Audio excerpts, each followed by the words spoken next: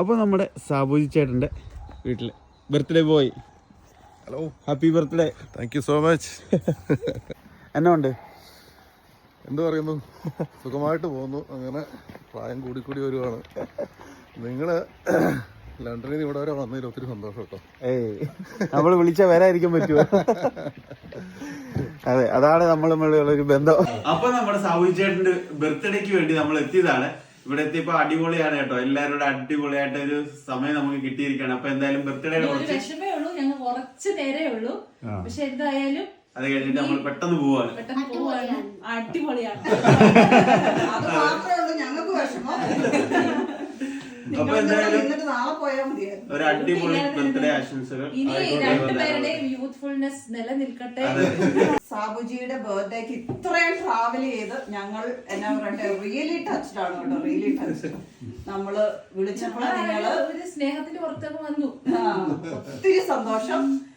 അതുപോലെ ഞങ്ങളുടെ എന്നാ പറയണ്ടേ, മോസ്റ്റ് ബ്യൂട്ടിഫുൾ ഫ്ലവേഴ്സ്. എന്തോ ദൈവം എന്ത് രസാണോ കാണാൻ.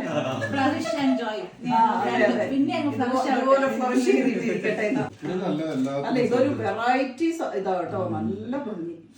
അപ്പൊ താങ്ക് യു സോ മച്ച്. കഴിഞ്ഞ പ്രാവശ്യത്തെ അവിടെ നല്ല വണ്ടി കേറി.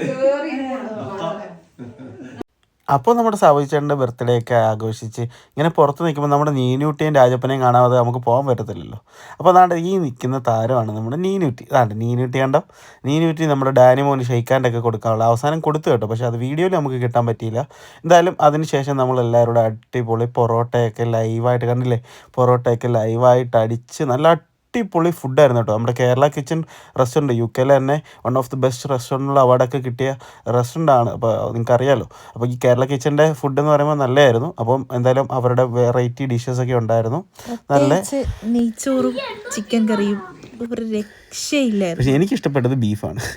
ആ ബീഫ് അടിപൊളിയാണ്. നമ്മുടെ പ്രണവ്, നമ്മുടെ മോള്, പിന്നെ അടിപൊളി ഒരുപാട് പേരൊക്കെ ഉണ്ടായിരുന്നു. എന്തായാലും വളരെ അടിപൊളി ഒരു നിമിഷങ്ങളായിരുന്നു കേട്ടോ. ഭയങ്കരമായിട്ട് എക്സ്പ്ലോർ ചെയ്തു. അപ്പോൾ അതിന് ശേഷം നമ്മൾ അവിടെ നിന്നൊരു ബർത്ത്ഡേ കേക്ക് കട്ടിയാൽ നിന്നില്ല. പക്ഷെ അതിന് ശേഷം നമ്മുടെ താരം, നമ്മുടെ എന്താ പറയുക, സോഷ്യൽ മീഡിയ താരമായ ടിൻഡോ ചേട്ടനെയും കണ്ടു. വാലസിൽ വെച്ച് ടിൻഡോ ചേട്ടനെയും മീറ്റ് ചെയ്തു.